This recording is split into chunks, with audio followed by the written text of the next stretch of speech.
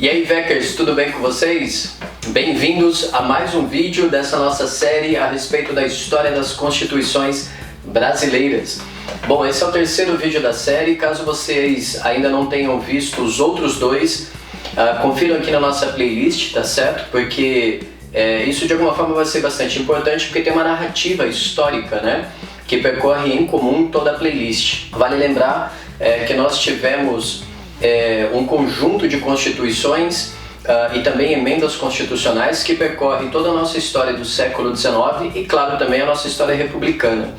Essa playlist ela veio a calhar porque nós estamos celebrando 30 anos, né, da Constituição Cidadã. Nesse ano de 2018, a nossa última Constituição Democrática de 1988 celebra os seus 30 anos. Nesse ano de 18 nós estamos celebrando a 8ª eleição consecutiva. Isso nunca aconteceu na história de nosso país, né? Ter 30 anos de democracia e realizar eleições sucessivas para os cargos executivos, né? Em nível estadual e também federal. Tá legal? E depois, por último, antes da gente começar de fato com essa primeira Constituição Republicana, que é a de 1891, eu gostaria ainda nessa introdução, né, ressaltar o que a gente já disse lá no primeiro vídeo, que nós fizemos uma pesquisa aqui no YouTube e quando se trata de história das constituições é muito comum você encontrar vídeos da área jurídica que são dedicados aos concursos públicos, né, que promovem uma leitura, digamos assim, diferente daquela praticada nos vestibulares. Então nosso enfoque aqui em trazer o contexto histórico, né, e o desenho social e político de cada uma das constituições, sempre atrelando, vinculando a nossa leitura às questões de vestibular. Tá legal?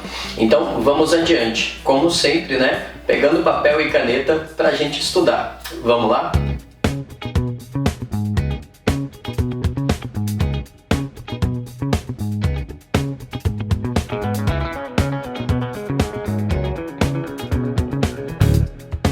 Bom, eu havia dito para vocês no vídeo passado, né, que nós íamos tratar do livro do Marco Antônio Villa, porém eu acabei me esquecendo, confesso, eu acabei fazendo referência ao livro da Lilia Schwartz, né, com a Heloise Stalling, mas nessa aula agora eu vou fazer citação a respeito do livro do Villa, que eu imagino que vocês já conheçam, né, é um historiador bastante presente aqui nas redes sociais, se não me falha a memória, em algum lugar aqui nos vídeos da Jovem Pan. Ele está presente e também como comentarista do Jornal da Cultura, tá legal? O Villa é dessas figuras assim que são capazes de acirrar os ânimos, né? Mas deixando isso de lado, né? Deixando as polêmicas de lado, o livro dele, que se chama História das Constituições Brasileiras, é muito bom, tá certo? Para você que é estudante, vale muito a pena. Eu não tenho o livro físico aqui porque ele está esgotado no mercado.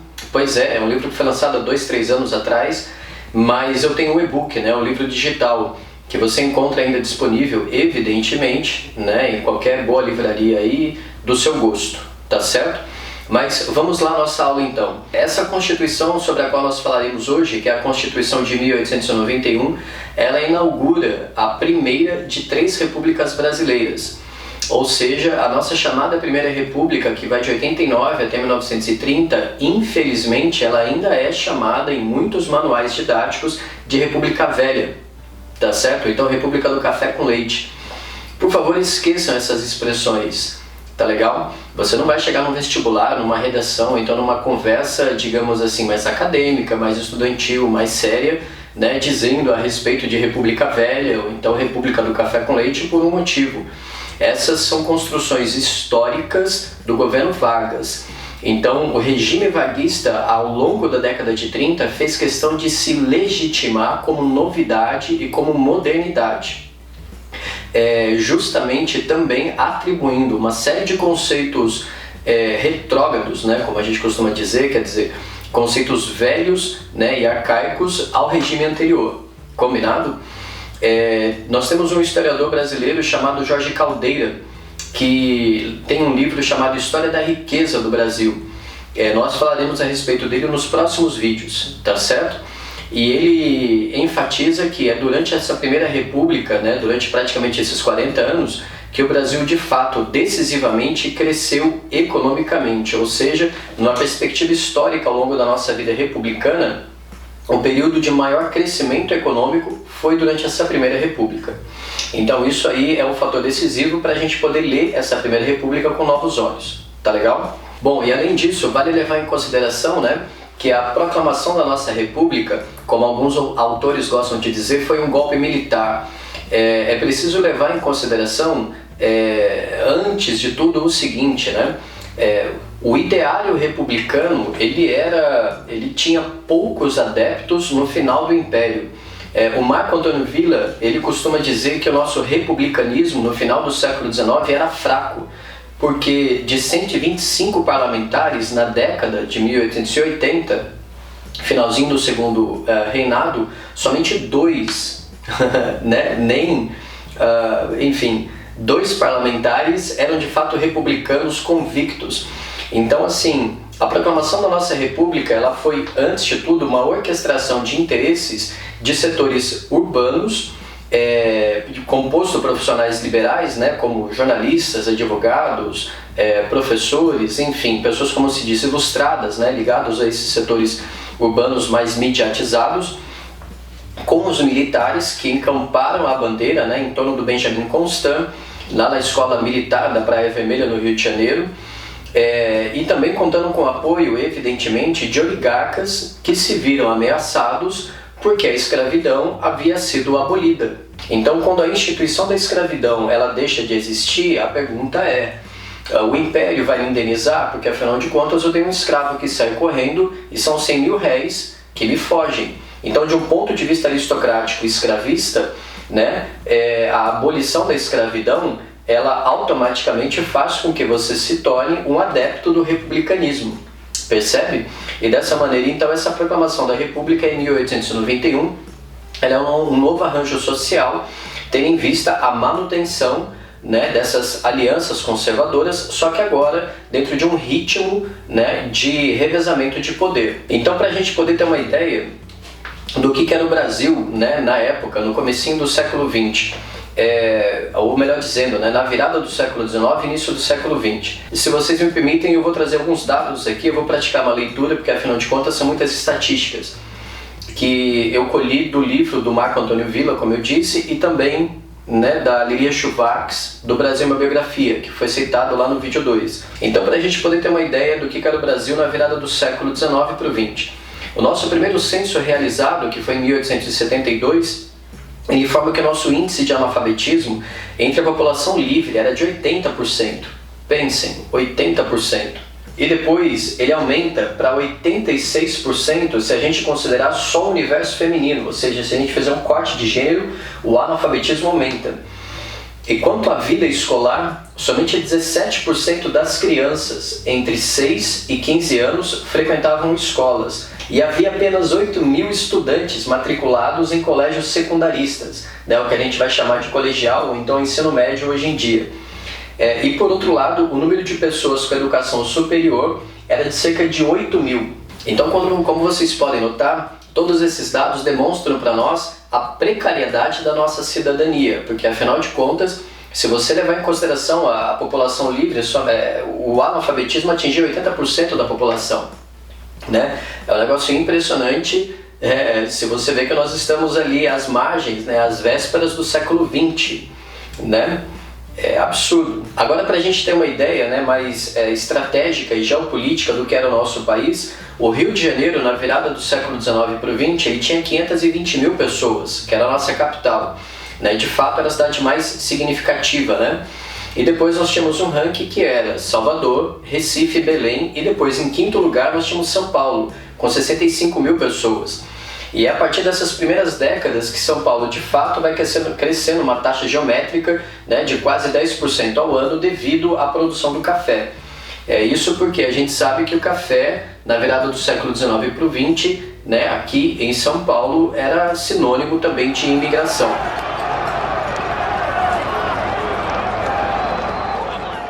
Então, para a gente poder entrar de fato nessa Constituição, no espírito da Constituição, é importante a gente levar em consideração que essa Constituição de 1891 ela foi promulgada tá certo? Ou seja, ela foi adotada de maneira democrática depois de 2 anos de trabalho legislativo. E houve 2 inspirações significativas, né? Que foram o positivismo francês e o modelo federalista norte-americano. Combinado? Ou seja, os Estados Unidos já eram, né, uma república federativa presidencialista desde 1776, né, desde a sua independência. Tudo bem, é 1781, tem uns detalhezinhos ali, mas recapitulando, em síntese, desde a Revolução Americana. Combinado? Então, o positivismo francês aliado com esse federalismo norte-americano, né, que é o que de fato tocava a mente e o coração das nossas elites ilustradas. Combinado? E depois, por fim, é importante deixar claro que essa Constituição ela foi promulgada, ao contrário de ser outorgada. Então, se de repente a primeira vez que você está entrando nesse assunto, Constituição, outorgar é quando uma Constituição é imposta, promulgar é quando uma Constituição emana, né? Ou seja, ela parte dos representantes da sociedade civil, ela é escrita por esses representantes, e então, de fato, essas leis escritas elas são universais porque dizem respeito à igualdade jurídica e à liberdade civil dessas pessoas. Combinado? Então, as novidades que nós temos nessa Constituição de 1891, a primeira decisiva é, de fato, a separação do Estado e da Igreja. A partir de agora, o Estado é laico, o Estado é secular. Tá certo? A segunda coisa importante é a implantação do federalismo. Isso é um tema bastante mal resolvido entre nós ao longo da nossa história. Mereceria um outro vídeo, uma outra aula aí para a gente poder bater um papo. E o federalismo reza justamente nessa autonomia local. Então você tem municípios, né, com autonomia jurídica, econômica e legislativa, desde que submetidos aos estados. Com autonomia jurídica, econômica e legislativa, desde que submetida à União. Então você tem 3 instâncias, 3 esferas de legislação e de poderes executivos, tá certo? E depois nós tivemos a implantação de um sistema presidencialista de governo, né, e a consolidação de fato dos 3 poderes montesquianos, que já existiam na Constituição de 24, como a gente já falou, mas eram ofuscados pelo poder moderador. E depois o presidente seria eleito por um mandato de 4 anos, né? Já os deputados seriam eleitos por um mandato de 3 anos e os senadores por um mandato de 9 anos, com a mesma divisão que nós conhecemos hoje. Ou seja, vocês teriam deputados que dizem respeito ao funcionamento, né, à criação de leis e ao funcionamento da sociedade civil em torno dos cidadãos, e os senadores eles criam leis e eles fazem funcionar a legislação em torno dos estados, tá certo?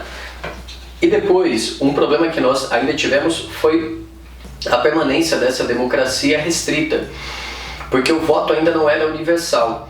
Ele era só um voto somente para maiores de 21 anos de idade, sendo que analfabetos, mendigos, militares e clérigos de fato eram impedidos de votar. Agora o professor Villa, ele nos chama a atenção para o seguinte: em relação às mulheres, a Constituição é muda, ou seja, ela não diz nem que sim nem que não.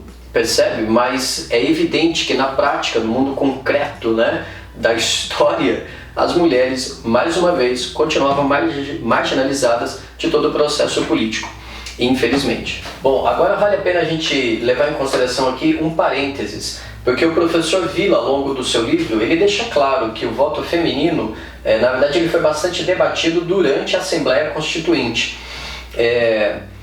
O problema é que, na prática, né, as mulheres continuavam apartadas dessa participação política.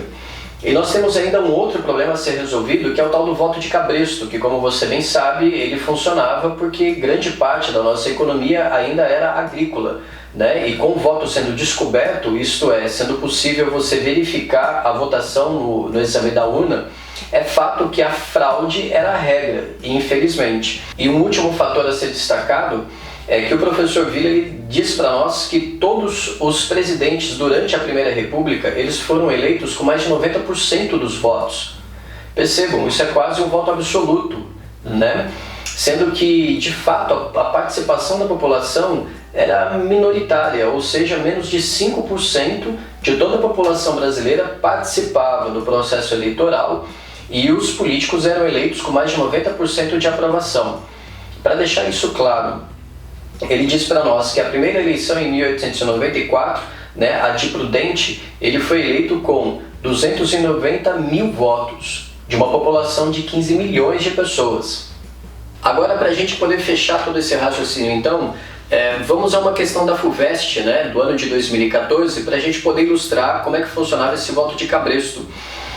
Saca só, mais uma vez é uma charge que vai ilustrar, né, o funcionamento da política e de fato trazer uma carga crítica a respeito do funcionamento dessa democracia bastante restrita que existe em nosso país. Veja, então, acompanha aí a charge. A charge simboliza a República Feminina, que inclusive veste o gorro, a moda sans-culotte. Junto dela, um senhor adestrando um burro, enunciado como eleitor. Isso nos leva, então, à alternativa. Confira a leitura do enunciado. A charge satiriza uma prática eleitoral presente no Brasil da chamada Primeira República.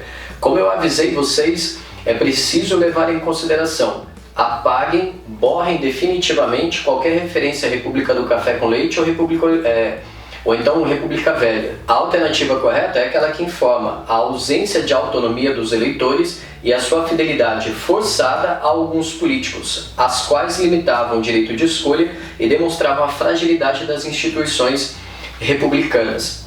Tá certo? Dessa forma, então, é preciso levar em consideração um último aspecto. Mais uma vez, é uma charge, né, numa mídia escrita que informa para nós, que nos revela a respeito das condições materiais e concretas do funcionamento dessa democracia. Tá legal? Portanto, dessa maneira, a gente consegue entender como a mídia ela passa a ser, durante o nosso regime republicano, uma espécie de quarto poder, né? Como se dizia até a década de 90, né? Porque, afinal de contas, ela passa a vigiar o funcionamento dos outros três poderes: o executivo, o legislativo e o judiciário.